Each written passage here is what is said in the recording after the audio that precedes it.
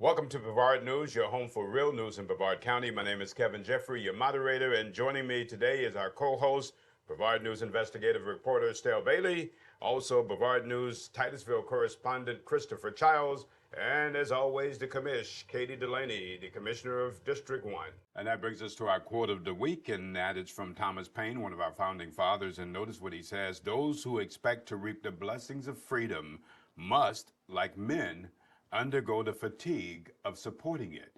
And that is so true. You can't expect to benefit from freedom and not lift a finger to help in the heavy lifting.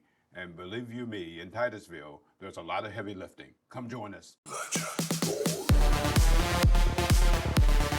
Welcome to the Titusville Report. Again, my name is Kevin Jeffrey, your moderator, and I am joined by Christopher Childs, our Titusville correspondent, as well as our investigative reporter, Stale Bailey. And we are calling this series As Titusville Turns. It's like a soap opera. And what do we have up to this point? Well, we have the Board of Adjustments coming up on Wednesday, and that's going to be a real hootenanny, isn't it, Stale? I mean, what do you expect to happen there? Hoping I don't see what happened at the last Board of Adjustments meeting. They paid $625 and they let it off on a technicality, and they would not hear the community. They wouldn't hear their stance on the fact that they were violating the comprehensive plan. And so I expect, I mean, they granted a rehearing, Kevin, but. So why do you think they granted the rehearing? And it was on a 3-2 vote, right? Yes. Okay, why do you think they granted it? I think there was the city council voicing their opinions about wanting to be able to review any decisions made by that board. And I think that was a flag to them saying, oh, they didn't like what we did, so maybe we should go ahead and rehear it and maybe do something else this time. So do you think this is an exercise in futility? I mean, is it going to be the same thing played over again? Because the issue is, let's go back, Royal Oak wanted to get a rehearing to see if they can present information about the city going against the comprehensive plan. Yes. Correct? The hearing was not granted. They didn't even want to grant a hearing to them because of the fact that they said that there was no standing by Vicki Conklin, who was representing the citizens, correct? Right. Yes. And let's remind people that Vicki Conklin was the only person with the courage to put her name on this. And so many of the citizens are with her on this, and they've granted her to be able to represent them. But there's been lawsuits filed against residents, $27 million lawsuit. By the developers, The developers. who seemingly is trying to intimidate the citizens. That was against Megan Moscoso and, Right. and another person in the neighborhood. They dropped it on Megan, though, right? They dropped it on Megan, and the other person actually moved out, and they moved out of the area because, I mean, that's intimidation. They made him flee. It's crazy. I mean, you Wow. get sued for $27 million. You're not gonna feel happy about that. Even Right. Megan's like, I know, that she was in the right and stuff, and she wasn't doing anything wrong, but you still like, that's shocking. It's shocking. That's what it was intended to be, right? You Yes. call it slap lawsuits, kind of just slapped you into shock, right? And that's what they intended to be, right? But they want to come off as we're a benevolent, developer, and we're doing this for people who need help and stuff. But Right, yet right. they're still going around slapping people with lawsuits Yeah. to get them to shut up and stop using their first Or name you have the right. last hearing where the developer's lawyer said that he's intimidated being in Titusville because it's such a dangerous place. He had to come with his security guard, right? I think that the attorney is going to fight like hell to do another technicality and to make it to where the community is not going to be hurt again. And I think first, it's going to be extremely important for as many people to show up to this meeting as possible, not just the Royal Oak community. This is the future of the Anybody entire who's city. about this. Yes, I think that doing that and sending emails, taking action, it's all going to be in the hands of that Board of Adjustments, and people need to be watching extremely close to what that board does, and then start researching and following the money and who appointed these people, and are they really representing the people? And So based upon the merits of the case, there's no reason why this shouldn't be approved, right, Chris? I think they should at least hear it, and I think it sounds like they have a good case. So the because- question is what is a local road versus a Right. utility road? Is that right? Yeah, yeah. And so then if that's the case, then the issue is that it doesn't follow the comprehensive plan, Right. And depending on that designation, that's right? what the complaint is. They need to look at that and take it, and see if the staff did go against the comp plan. I mean, at bare minimum, you should hear these people out. They live right next door. The Vicky lives a little bit further away, but not that far away. And the people who stood up, and there were, I mean, I don't even know how many people stood up and said we want Vicky to represent us. Right. But that some of them live right next door to that property. And Why can't you hear them? they rejected that anyway. Yeah. So it'll be interesting to see what happens, and that's coming up Wednesday. And what time does that begin? 6 p.m. At the City Hall. Hall. Yes. Now you have some interesting things going on. The body cam report, and so here we are. We're 10 weeks in, and people are denying that Chief Lau said that there would be 6 to 8 weeks. But I think on the video you can see that he did say 6 to 8 weeks. Which could be in approximately 4 to 6 weeks. But the video is still not out about this, the shooting of this guy, Mr. Charles. What do you think is happening there, and what do you think is going to happen, Chris? Yeah, they said 6 to 8 weeks we'll have some findings, which means that they should answer some questions there. But I don't know when that's going to be released, and I don't know what it's going to show. It seems like since Chief Lau went and said and put out his own video about what he said happens, it seems to follow that maybe the video doesn't show that there was a gun. Right. And not that they're not saying there was a gun there, but maybe the video was moving around so much that you couldn't see where the gun was, that they saw it. I'm not saying there wasn't, but maybe the video doesn't show that, and that's why they haven't released it. I don't know. If you look back at a February meeting right after this happened, the city manager, Scott Larice, was asked about, does the city have authority to release this footage? And he said at a certain point of the FDLE's investigation, they do. Now, according to I Florida think you law, probably had a copy. I don't know what the city- legality of it is.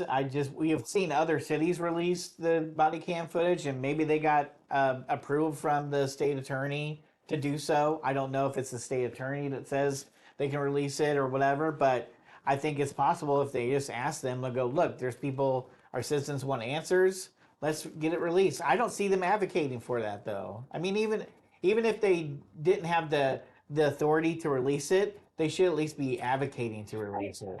The question too is, you just mentioned like they even brought up an incident in Orlando. They said something happened in January and they just released the footage the second week of February. That was still not nearly as long. They made that seem like such a long time frame. So when you compare this to other things, like you said, in some cases they immediately release it, especially if there's some issue, right, where there's Yeah. some concern about what actually happened. And I think that, as I remember, we'll check on that. I think it's Florida law is that each police department has the discretion of releasing that. I don't know under an investigation, what that does, but we'll check on that to see. Hopefully that'll be forthcoming and we can get this behind us. I mean, if it's open and shut, then let it be open and shut and we'll get it behind us. But we would love for that video to be released so we can move on. 17,000 emails. We'd love for those to be released as well, right? It doesn't look like they're coming anytime soon, A right? mountain of emails, yeah.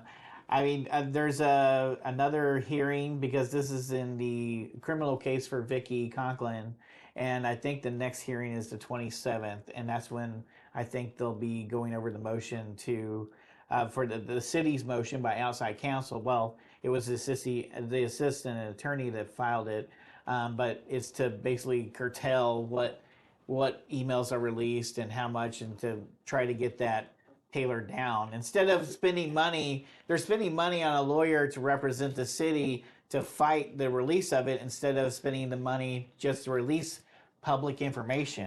Couldn't the city just do this ahead of the April 27th?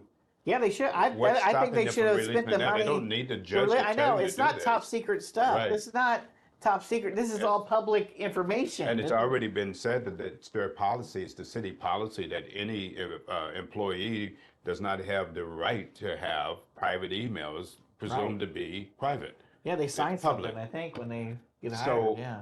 I'm just kind of baffled. Again, this is why Titusville is getting the reputation that it gets. It's just like the Dukes of Hazzard. This is like Hazard County. This is some crazy stuff that goes on here, and it just Bizarre. baffles me.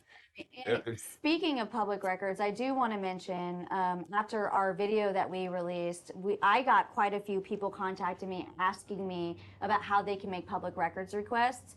And first of all, I think it's incredible when I see people come forward and want to take action. And what that tells me is that people want the information. And so And have a right. and have a right to it. And so I've been helping them navigate that. They're actually making the request, and I'm seeing more and more people wanting to get involved. And so I just want to encourage everyone, if you need help, we're here as a resource to help you navigate that. If we want to find out the truth, it's public records. There's so much information in the public records. It's a treasure trove of information about what's going on behind the scenes. It removes all doubt about what's going on. And so what did we find out? We still haven't gotten a response from the public records request that we put in for the video, right? Right. Crickets, right? Nothing? Right. They're still working on it, and they do have a reasonable amount of time to do it. They have about 30 days would be a reasonable time frame. Well, I would have expected they would have released it the next day, but okay, that's not going to happen. But anyway, the public records request is put in by us, and we'll see whether or not the video is released here soon. Also, the emails. So there was a request put in, right? And it's a mid-year request by the various agencies in Titusville. And as you're looking at this, lo and behold, what do we see here? We see a vehicle for and I will never call this person the public information officer. I think I'm going to call them what they are, the propaganda officer. So the propaganda officer, who is making $89,000 a year, is now asking for a vehicle for $31,816. What is this about? And I would assume it also would include fuel. And I did some math today on that. So the IRS allows 70 cents per mile for business expense for anything involving business for the car. And so if you break it down to 31,816, it's about 45,000 miles that they would have to drive before that would equal 31,000 for the 70 cents per mile. So it doesn't seem to make sense that if they're just driving in Titusville, because it's just Titusville, how many miles are they driving? And that's not, so it's not just the 31,000, it's also the fuel and maintenance and correct, all of that. So and what are you doing? Yeah. Still, where is she going with this vehicle that she needs this vehicle for? Is she going to put a radar on and drive around neighborhoods and kind of get information, collect information from neighbors? What is she doing with this? I don't know. I do want to point out that altogether, because she's getting paid the $89,250. So when you add this into it, it comes to a total of a little over $121,000 for the year. And I think that's important because we're always saying follow the money. And how are these people getting money in other ways? Well, this is your other way. This is the perfect example of how people working for government are benefiting off the system. And again, this is the same city that has raised taxes, 8 of the last 9 years? And so now we've just spent money on an attorney, and then there's other requests here. So you have the search firm for $34,000 for the city manager search firm. Indeed is way cheaper than that. If you use Indeed.com, it's way cheaper. I'm not doing an ad for them. I'm just saying that's way cheaper. But you just look at all of this, okay? You have overtime benefits for the police department. Now, there's been a question raised here as to whether or not you need as many TPD at city council meetings and stuff. And at times, there's been quite a few police officers that are there, and they are there getting paid overtime for that, correct? Yeah, it's about 6 or 7, but lately, this past year, I haven't seen as many attending. I think because some people made a big deal about it. Yeah, maybe. Some people. Some people. And so you have overtime benefits for facility maintenance. They're asking for $6,500. Overtime benefits for road and streets, $30,000. And so on, all in all, the thing that really jumps out at you is the vehicle for public information officer or the propaganda officer. Again, this is a person that the city didn't have the money for, but they magically came up with it. You can believe Titusville, they're going to be trying to raise your taxes again. They just have a desire for that. they have an appetite for raising taxes and fees. And so, is she going to get this? I hope not. I mean, I hope that people speak out at the next meeting But and this is coming up when? council. I think it's Tuesday. They're going to at least talk about it. I don't know. This is not on the They're consent voting on agenda. it. No, not under the consent. No. So consent agenda is an agenda in which they list a lot of things that they've already pretty much talked about, right? That they don't have to talk to the public about. They'll just approve the whole Yeah. agenda, right? Yeah, And so it's all like the an item, measures. so they'll have like item A, and then they'll have 1 through 20. They And don't go specifically through that. no, unless a council member pulls that agenda item and says, I want to talk about that, what they'll do is they'll say, they'll make a motion to approve A, and then it approves everything under A, and there's a lot of money underneath that agenda. This is going to be in the open, so you have an opportunity to be able to register your opinion about it, and you might want to. If it were me, I'd vote no. I just don't think this person needs it. I don't even think we need a propaganda officer. And somebody asked me, why do I call her that? Well, you'll find out. The information is coming down the line, and you'll find out. And so, mid-year request, you have that, and then you have also that money for the city manager search. What do we know about that?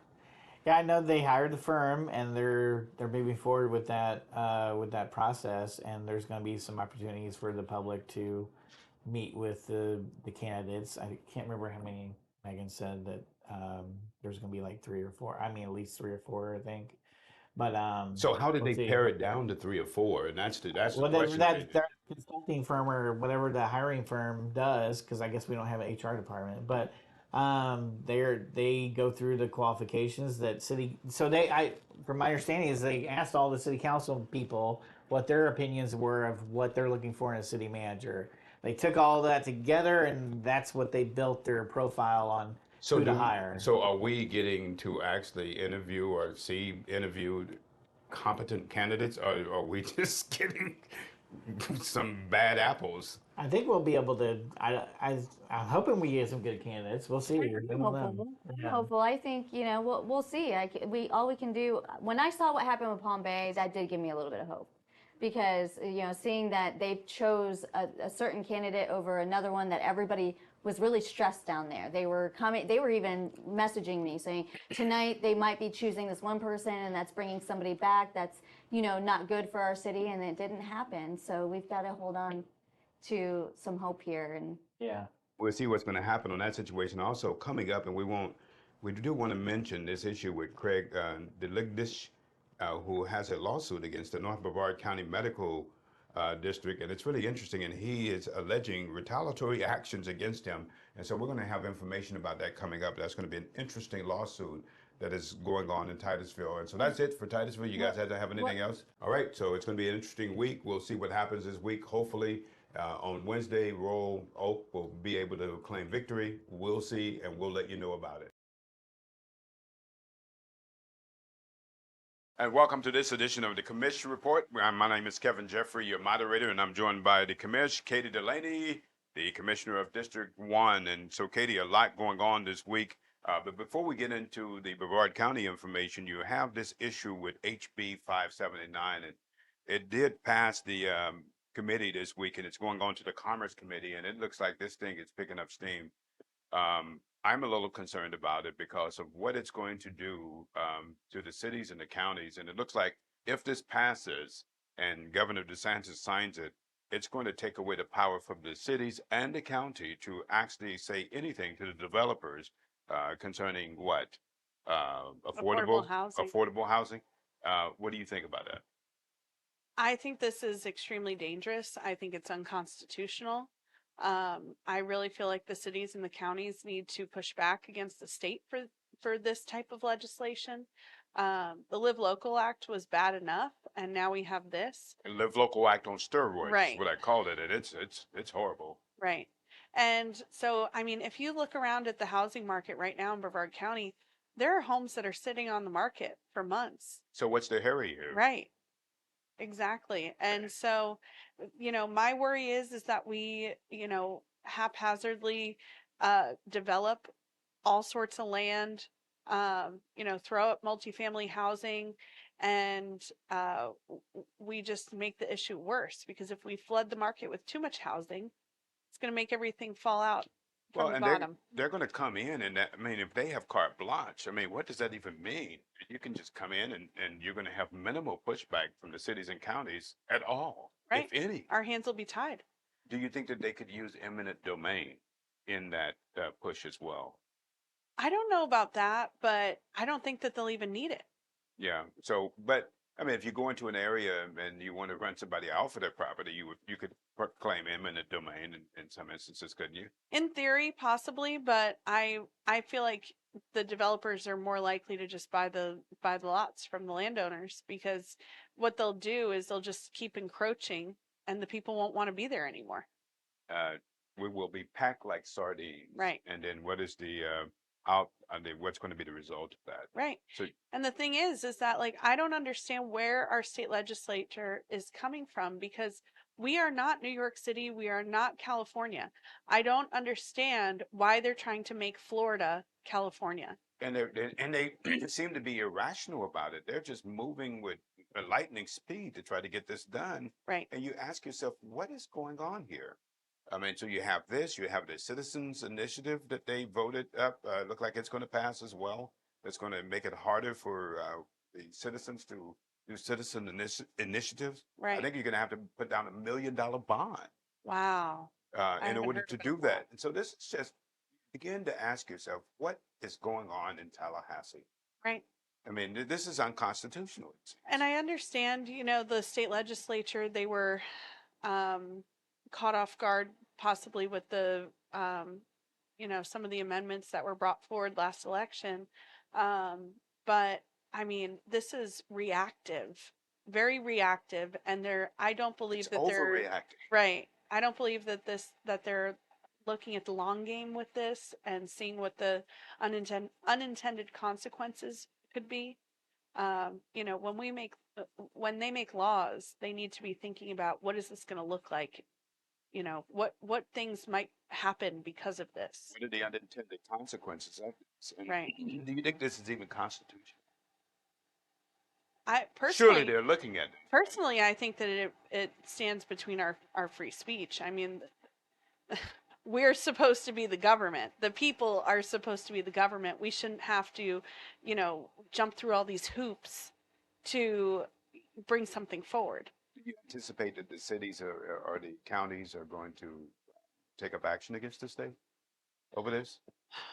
I'm not sure. I really pushed for some of the cities and the counties to, step up and do that with the Live Local Act, and nobody did.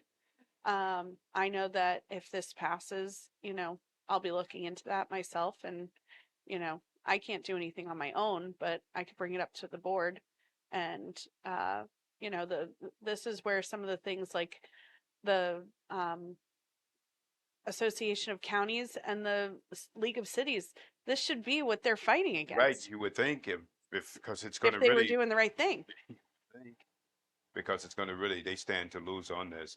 Now down at Palm Bay you have Sunterra, and in Sunterra you have Jason Steele, who is connected with this. Now, excuse me, there's $28 million they paid for 1,900 acres of undeveloped land, and they paid what $28.75 million. It's supposed to be one of the biggest housing additions down in Palm Bay. You're familiar with this, right? Somewhat. So what do you think?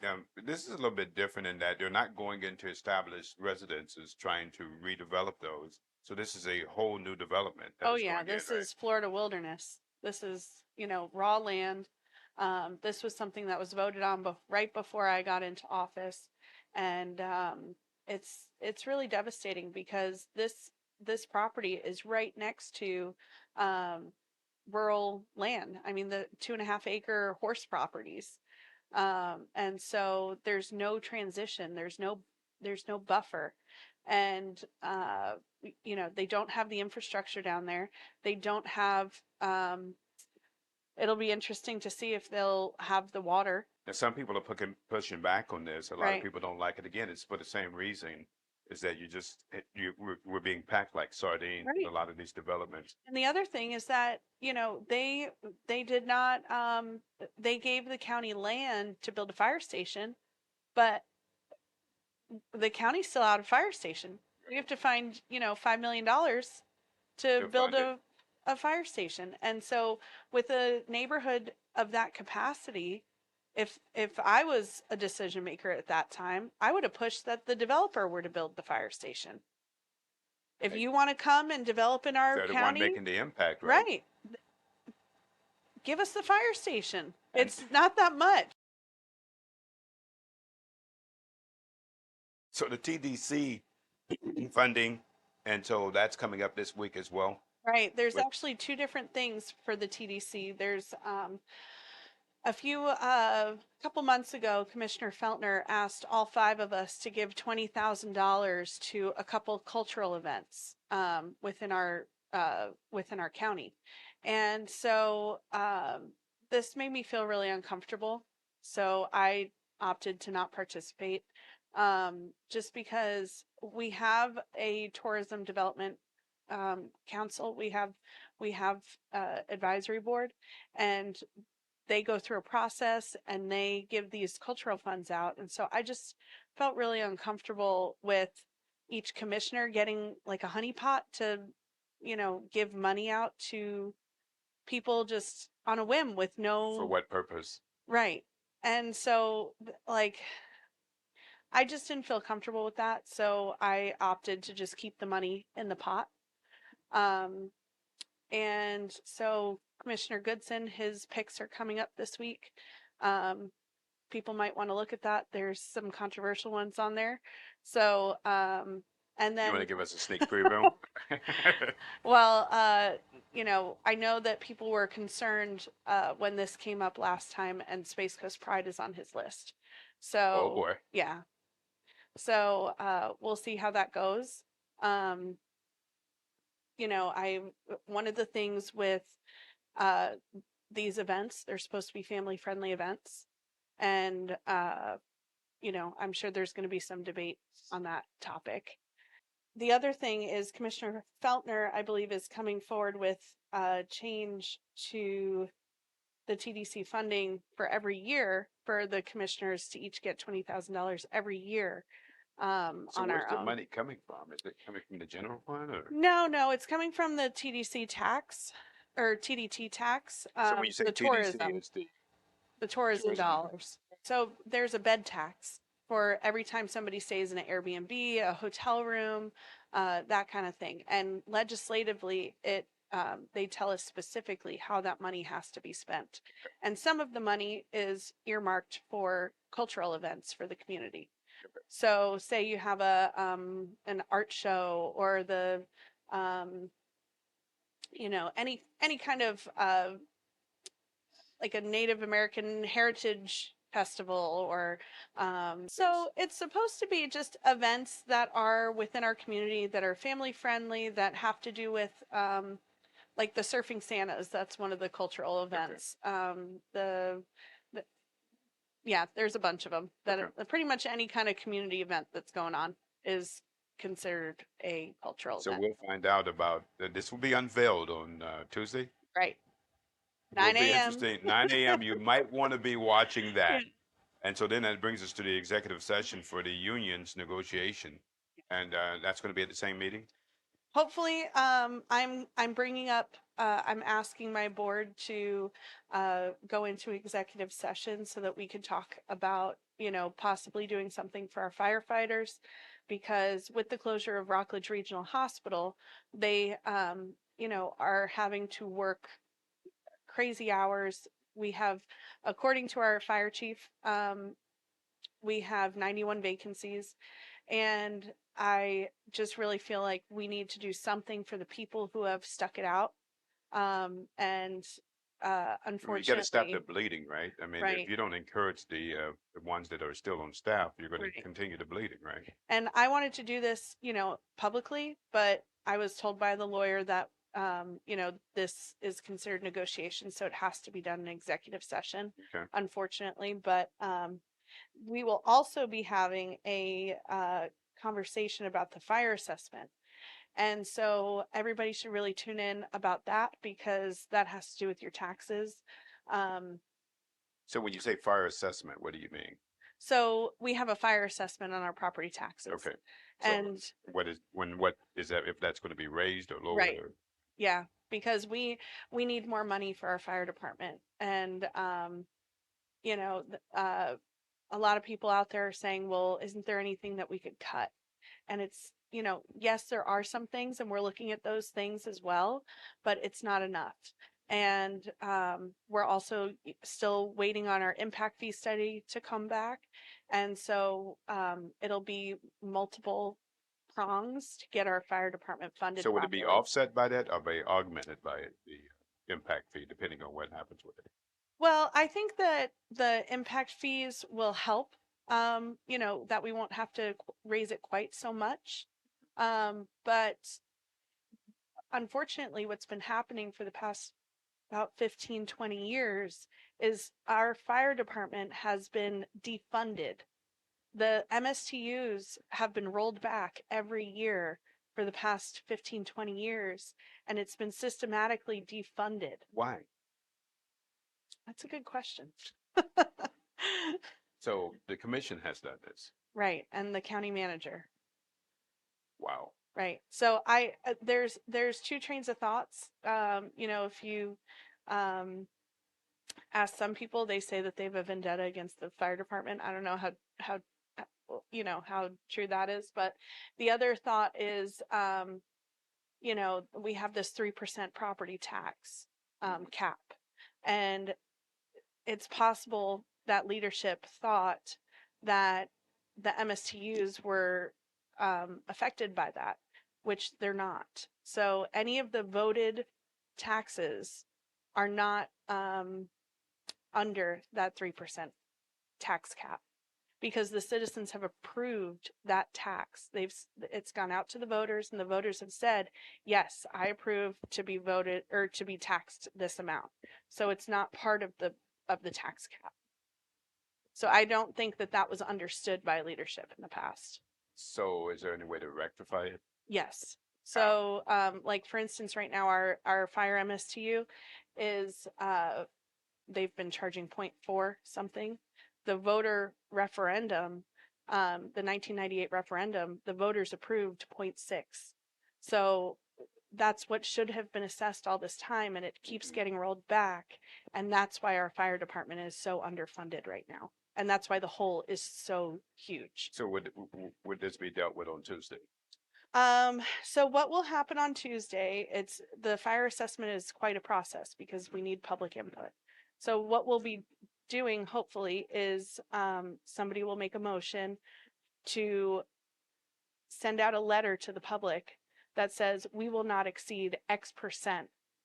And then we're also going to set the dates for the hearings. That way the public has time to come out and give input in what they think, you know, the right thing will be. So this is the first step to kick it all off, and the process will take about a month, I believe. So also on the back of that, so embeds, there's a question about embeds and shifting that money to the firefighters and making sure that that money actually goes to the firefighters, right? So this is going to be dealt with Tuesday as well. Right. And if this goes through, because the first vote that we took at the last meeting, that was to go out for legislative intent. This vote is what you know, seals the deal with that. And so if this vote goes through, I'm going to try to make an amendment if necessary that money definitely goes to the fire department. It needs to be earmarked. It needs to be in a space where it can't be touched. It can't be, What you did know, they say pushed with somewhere Social else. Security lockbox? Right, correct. Be touched. Because What- many times our firefighters have been promised, oh, we're going to cut this and that money is going to go to you, and then it hasn't gone to them. So what about also, if they do that, can you make an amendment for the other districts to also put in an equal amount? I hope that my fellow commissioners, if they expect District 1 to make this sacrifice, I hope that they make that same sacrifice in their areas, because $3 million is not going to make a difference. $12 million will. Okay, and you can do that. You can call your district and you can call your county commissioner and ask them to contribute to making sure that the firefighters have what they need in Brevard County. Now, we heard the union chief talk about they are getting close, weeks away from having to make some crucial decisions, and you don't want to see that happen. We don't want to see a repeat of what happened in Right. California. One of the things that is possible that might have to happen is going down to a two-man engine. And that is extremely dangerous, not only for our fire department, but for our public. If you, I mean, to operate a fire truck, you need more than two people. To, you know, save somebody's life, you need more than two people. So this is just extremely irresponsible, dangerous. We have got to fund our fire department. And in order for us to be able to be Johnny on the spot and find out what's going on, we're going to send our own investigative reporter, Stale Bailey, to the fire department, and she's going to spend some time over there and come back and tell us what it's like and what they're going through, and we're looking forward to that.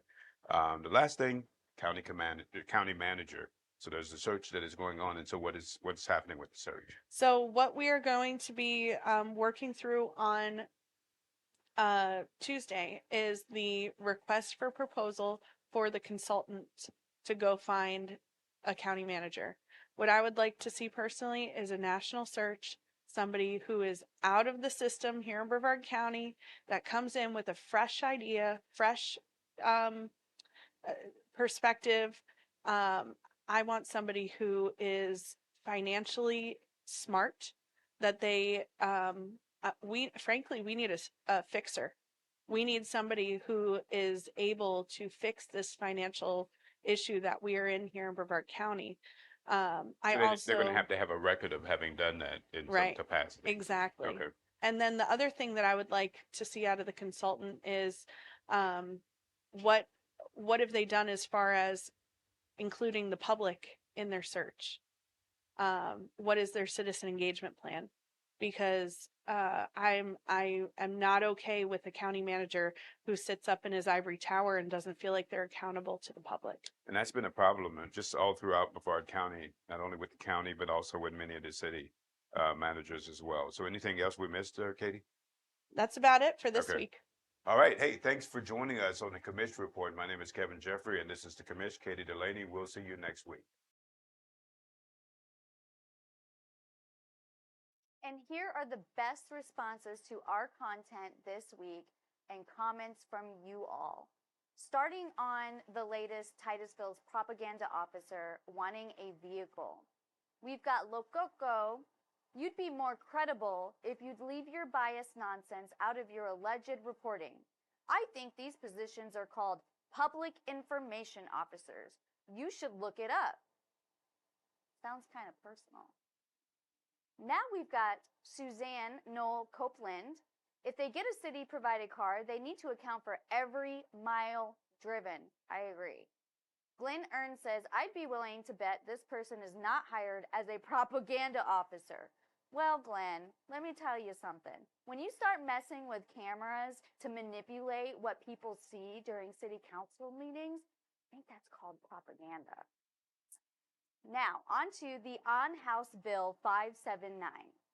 We have Kevin, 968 bills 968 bills so far this year. It's very difficult to try to keep track of all the changes that they try to push through. You're not wrong about that. Plus, very few legislators actually respond if you do reach out to them. TPD's failure to release the footage on the Charles shooting. Finding Truth says it seems that even with the footage, they tell their own version of what happened, whether it is on footage or not. This is what I'm waiting for. We're waiting for the footage and the facts to speak for themselves too. Christine Dunn says, I thought you got it from the public records. What did they say? Well, it is taking us a while to get public records back. We have 30 days. They have some time to give it back to us, and we have not received those records yet. On the topic of the Farm Bill, we have Jonathan DeWitt that says you can't make up this level of stupid. Next, they will ban testing water for fecal chloroform bacterial, water additives in public drinking water. He's speaking on the part where they are no longer going to allow hydrofluorosilicic acid into the drinking water, which is actually the technical term for fluoride. And that is the end of our comments for the week. Thank you guys so much for interacting with us. You have helped us grow tremendously and get us way above the 1 million views that we were able to accomplish a few weeks ago. So keep commenting, and we may read your comments on the next episode. And that brings us to our Brevard News Poll of the Week. And the question is, what should be the role of educators in the public school system? And you would think that this would actually be a snap, right? Well, in Brevard County, it was kind of. And so the question is that, and our answers is 74% said to educate individuals to be productive citizens in society and the workforce. The other alternative were to provide moral and cultural direction, 1%, and both, 25%. Are you guys surprised by this poll? I think it's a good. I like that it came out this way because I believe the 74% is a good majority to have, and I think it's the right direction for it. Yeah. And so it seems that the majority of the people don't believe that moral and cultural direction is what the school system should be doing. Right. Parents are the ones that should be directing the upbringing of a child, not the school system, not the government.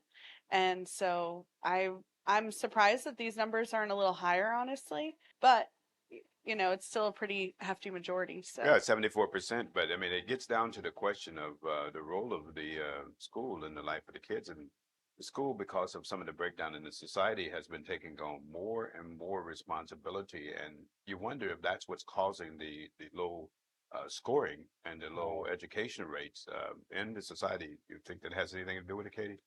definitely. I mean, the schools are now feeding the kids, they're clothing the kids, Basically they're giving them becoming a surrogate school parent. supplies. And so, it's giving parents the opportunity to say, you deal with them. If this 25% thinks that the public schools are doing the teaching of moral and cultural direction, the public schools are failing at that miserably. Right. If that's true, if that were true, and that they were actually trying to do that, they're failing at it because That's a good point. you have fights, more fights than I've ever seen in schools Right. happening. And maybe it's because we see more of it on social media now. But I think if we go to look at statistics, I think we'll find a trend there that it's getting worse. I've seen it with my own eyes. I've seen kids walking home, and I saw boys hitting girls Wow. on the sidewalk, pushing them, Wow. not like hitting them in the face, but pushing them. I mean, if I did that when I was a kid, I would get my butt whooped, you know? I mean, by any parent standing around. But now you do something like that, you're going to get arrested or something. Who knows? Or all the kids are going to gang up on you. And by the time you call the police, those kids are long gone anyway, and they're not going to do anything anyway. So, like, you stand there and go, what am I supposed to do? But if the schools were responsible for this, there's no way. I mean, They're not doing a good job. public schools, private school, you get to choose if you're sending them to a like a Christian school or something. You get to choose as a parent if they're going to go there, and you review what they're teaching in that. But public school, who's going to review what they're teaching? What's morally, culturally right? Yeah. So why is this allowed? I mean, in the public schools to continue, because it really to come down to it, the schools are to teach academics. That's what they're there for. And if the parents can't teach their kids how to behave at school, then the kids that don't really need to be there because they're affecting other students, right, who are trying to learn. And this seems to be my wife taught in the public schools, and some of the horror stories she told me about some of the kids and the lack of control. I mean, they become a problem for other kids learning. This has really been a hard debate in the public school system. This is something that I really struggled with because all children have the right to an education. And so when you have a student who is trying to learn, doing the right thing, paying attention, and they get frustrated because of the distractions, what about that child's education? They Correct. want to be there. Correct. And what I about mean, do they not have the right to learn? Right. Of course, my favorite movie of all time is Lean on Me. Oh yeah. And that's my solution to all of this. Yeah. I think they should have Joe Clarks in every school. Right. Discipline's different. Yeah, discipline's different. But yeah, I yeah. mean, but the issue is that you cannot have a place of learning where there is no order. Right. You Yes. just can't have it. And so if the person is not fitting into it, why are they allowed to be there to disturb the other kids from learning? Right. And the thing is that the public school structure is not set up for every child. It's not. It's just not every child fits into that mold. Is that a concession that we're unwilling to make, Chris? I mean, it just seems like we're not unwilling to make, because you go into a lot of your foreign countries, they've already made that concession. And of course, they go a little bit too far. They only take the best and the brightest, and they Yeah. really farm it out. But I mean, are we not willing to make that concession? I think that, well, there's there's so many problems or issues with trying to like separate out the kids, because then you have a resource problem, because if you try to put like the best kids in this class and the other kids are left behind in another class, they don't have the resources to for that kind of plan. So you just have to, and in America we want all the kids to have an education, right to an education, so they have to go there. What are you going to do but just try your best and try to teach everybody? One thing, I lived in England for 4 years, and one thing that they do over there with their education system is that as the kids grow older, after the kids get to 8th grade, they go to either an agricultural path, they go to a vocational path, or they go to a college path. And it's an interesting idea, because not every child is wanting to go or has the capability to go to college, and not every child wants to go and work in agriculture. Not every child Correct. wants to do a vocational. And that's been tried in a lot of different places, and Right. it's been successful. And for some reason, we went away from that. We believe that every kid, and you had a lot of your vocational schools, Right. and then you had your college path, and somehow that's been abandoned. And there are so many amazing vocational opportunities out there, at scholarships for the training, the jobs. You're talking about 6-figure salaries in some of Correct. these vocational. Correct. That's like what Mike Rowe has been Right. working on, Correct. trying to get he has a scholarship. The guy who does the narrating for Deadliest Catch, and so he's saying, look, these people make more than you right out of college. Correct. You're right out of Correct. college, and this person who went to like a 1 or 2 year vocational school is making more than you, Right. You think and you that's have all been- these $500,000 of loans to pay. Correct. So Do you think that's been stigmatized? it has. Definitely. Yeah. Why? I don't know. It was like in movies and TV. It was like, oh, where's your child going? They're graduating high school. Where are they going? And you're like, oh yeah. You're like, well, they're still looking. Like the parents who are like, they're not doing that. They're like, oh, they're looking around because they don't want to be embarrassed. It's But it's almost like the parents are living vicariously through their kids, right? Well, my kid goes to Harvard. Where does your Yeah. kid go? Oh, he goes to Votech. Yeah. I mean, it's that kind Yeah. of thing. It's almost like it's become a status symbol, It is. and yeah. that no one is doing what's in the best interest of the kid. Right. You know what I think is a status symbol? Not living in perpetual debt, and being able to afford a house, There is and that. to live and take care of your family. I think that's pretty good status. But again, this cultural thing, schools got to get out of the business of this cultural stuff that they've been pushing. And I remember when I was a kid, I was one of the, I guess, one of the very few people who laughed at it, went through segregated school. So the first 3 years of my life, I was in a segregated school, and it was buckle down. It's all about learning. We're not putting up with any nonsense. And I won't tell you what they did to us back then, Yeah. because you can't do it today. Yeah. But they made sure that you were going to learn, and it wasn't about this nonsense that you see going on today. And I think we've just gone into a bad place. And the thing is that when every school can turn around and say that these kids are on grade level in reading and math, Correct. then you can come talk to me about the cultural Correct. issues. But until we're at that point, you're having people who are illiterate, they can't even read, they can't Yeah. write, and here we are teaching a bunch of nonsense. It's not going to amount to a hill of beans, but that's my 2 cents, and that's for another day. All right, we'll see you next time on the Brevard News Poll. And that brings us to our kudos of the week. And our kudos of the week includes Mike Bramson, who is the union president of the Brevard County Fire and Rescue, for his tireless efforts on behalf of his firefighters, and not only his firefighters, but also Brevard County, because without the firefighters, we all are going to suffer Mike, you've worked tirelessly on behalf of your firefighters. You have done it selflessly. Kudos to you. Also, that brings us to a kudos for my favorite server at Denny's. And I go to Denny's on every Tuesday morning, and her name is Amanda Warren, the best server in Titusville. Kudos to you, Amanda. You go out of your way every Tuesday morning, and you just do the best job of any server I've seen in Titusville. Kudos to you.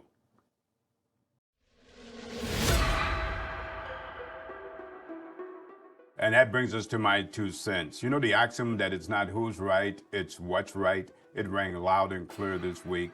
The Republican legislature that I helped put in voted for a measure that, if passed, will severely curb the freedoms of Floridians.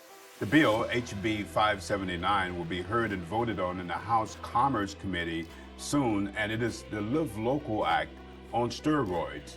In short, it will restrict cities and counties from interfering with developers and building anywhere in the state of Florida. The free state of Florida is up for sale under the false notion of affordable housing. Do you know crises are always being used as an excuse to intrude upon the freedoms of Americans? And this is what's happening in this situation with the Live Local Act on steroids. There is no crisis, none, worth the loss of freedom.